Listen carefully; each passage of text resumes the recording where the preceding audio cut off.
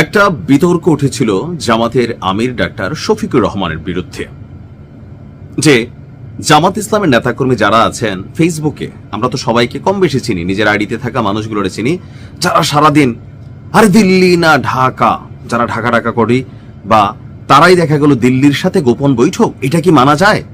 এটা নিয়ে একটা ন্যারেটিভ তৈরি হয়েছিল না, যে আমাদের জামাতের আমির আন্তর্জাতিক গণমাধ্যম রয়টার্সকে দেওয়া একটা সাক্ষাৎকারে তিনি বলছিলেন যে ভারতের, তিনি যখন অসুস্থ হয়ে হাসপাতালে ছিলেন, নিউজ হেডিংটা ছিল ভিন্ন, যে ভারতের সাথে জামাত আমিরের গোপন বৈঠক, কিন্তু আসলে বিষয়টা ছিল কি, তিনি ছিলেন হাসপাতালে, অনেকে তারা দেখতে আসছে, কূটনীতিকরা, ভারতেরও দুজন কূটনীতিক দেখতে আসছে, আসার পরে তিনি জিজ্ঞেস করছেন যে এটা আমরা জানাবো কিনা, তো তারা বলছে এখন জানাইয়েন না। তিনি না জানানোটা এটা অবশ্য ওনার মিস্টেক ছিল, যেটা নিয়ে তিনি পরে একটা বক্তব্য দিয়েছেন। যাই হোক, বাট জাতির মধ্যে একটা জিনিস ঘুরপাক খাচ্ছে যে না না না, ঘটনার মধ্যে মনে হয় প্যাচ আছে, ঝোল আছে। তো এই অবস্থায় এসা তখন ভারত আবার বিষয়টিকে হাইড রাখছিল, কিন্তু গতকালকে ভারতের পররাষ্ট্র মন্ত্রণালয়ের যিনি মুখপাত্র রণধীর জয়সওয়াল, তিনি জামাতের সাথে এই গোপন বৈঠক নিয়ে গতকালকে কিছু তথ্য দিয়েছেন।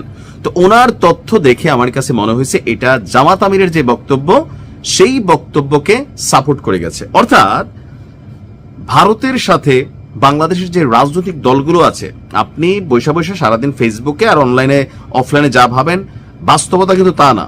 বাস্তবতা হচ্ছে প্রতিবেশী রাষ্ট্র হিসেবে সুপার পাওয়ার হচ্ছে ভারত। সো ভারতকে সমীহ করতে হবে, ভারতের সাথে সম্পর্ক ভালো রাখতে হবে। আমরাও তো চাই ভালো, আমাদের কথা হচ্ছে আমাদেরকে ন্যায্যতা সম্মান দিয়া বন্ধুত্ব করেন, কিন্তু আপনি বড় আমি ছোট, এটাতে আমিও বিশ্বাসী না। ভাই আমার কম আছে আমি কম খামো, আপনার বেশি আছে বেশি খান, কিন্তু আমাকে আপনার রেসপেক্ট দিতে হবে, কজ আমি আপনারটা খাই না। আপনি আমার থেকে নিচ্ছেন ব্যবসা, আমি আপনার থেকে নিচ্ছি, সো এটা শুড বি ইকুয়াল। এটা যখন না হয় তখন আমাদের জলে, আমরা প্রতিবাদ করি, কিন্তু সম্পর্ক খারাপের পক্ষে আমি না, সম্পর্ক কাটাপের পক্ষে আমি না, গ্লোবালাইজেশনের যুগ। তো ওই জায়গাতে এসে ভারতের যেই রণধীর জয়সওয়াল, তিনি গতকালকে যে বক্তব্যের একটা উত্তর দিচ্ছেন, যে রণধীর জয়সওয়ালকে সাংবাদিকরা প্রশ্ন করছিল যে বাংলাদেশের সাথে আপনাদের কেমন সম্পর্ক, জামাত আমিরের সাথে গোপন বৈঠকটা আসলে কি হয়েছিল, এটা কি স্পেশাল কোনো বৈঠক ছিল, এটা কি অন্য কিছু ছিল?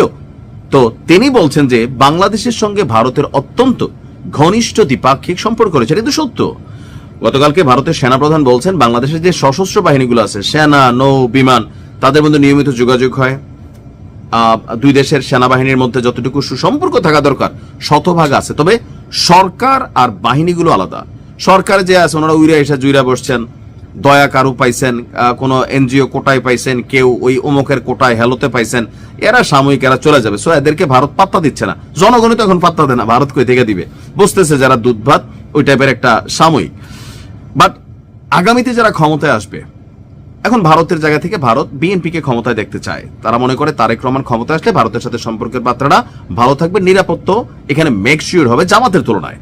তো তাহলে জামাতের সাথে গোপন বৈঠকে আসলে কি হয়েছিল, এটা নিয়ে তার বক্তব্য হচ্ছে যে ভারতীয় হাই কমিশনের কর্মকর্তারা বাংলাদেশের বিভিন্ন রাজনৈতিক দলের প্রতিনিধিদের সাথে সংলাপে অংশ নেন। এটা একটা চলমান প্রক্রিয়া, এটা একটা কূটনৈতিক প্রক্রিয়া, এটা প্রত্যেক দেশেই হয়। ঠিক তদ্রূপ জামায়াতের সাথেও সেই ধারাবাহিকতায় এই বৈঠকটি ছিল। তবে শফিকুর রহমান হাসপাতালে ছিল, সেই কারণে ওই সময় তাদের মধ্যে একটা কথাবার্তা হয়েছে।